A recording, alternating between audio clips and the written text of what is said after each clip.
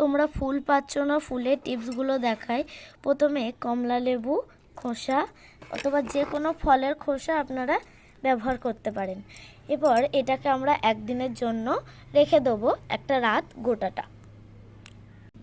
একদিন পর এই যে লেবুগুলো জলটা দেখো, এই লেবুগুলো জলটা থেকে কিন্তু এই কমলা লেবুগুলোকে সরিয়ে নেব, কারণ এইগুলো থাকলে কিন্তু পাতার সমস্যা হতে পারে।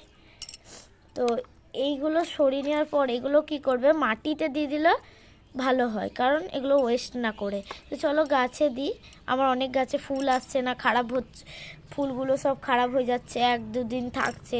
তো চলো গাছে জলটা দিয়ে দিই। এই যে যেমন আমার এই গাছটা দেখো, এই গাছটা কিন্তু ফুল এসেছে মাত্র 2 দিন হয়েছে। দেখো ফুলটা এরকম রোদেতে শুকিয়ে যাচ্ছে, তাই জন্য এই জলটা দিলে কিন্তু কি হয়, তোমরা 1 সপ্তাহ পর তোমরা এর রেজাল্টটা দেখো কি হয়। এরকম একটা রেজাল্ট দেখো তোমরা, কত সুন্দর ভরে ভরে কুড়ি আসছে। তোমাদের দেখাতে পাচ্ছি না, দেখো এখানে ফুলটা কত বড় হয়েছে, আকৃতিগুলোও বড় হবে। আর এখানে দেখো এরকমভাবে আমি অনেক কটা গাছেই দিয়েছি। এবং এই দেখো এটা একটা পুরো মনে হচ্ছে ফুলদানি। আর এখানে কিন্তু এটা পার্পেল কালারে, দেখো পার্পেল।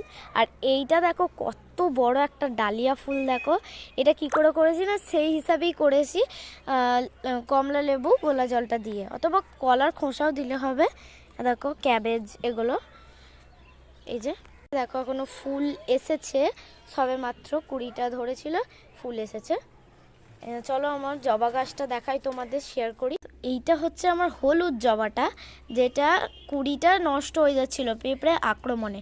তো কি করতে হবে না, হলুদ গোলা জল দিলেই কিন্তু পিঁপড়ে আক্রমণ কমে যাবে, পিঁপড়ে আসাও কমে যাবে।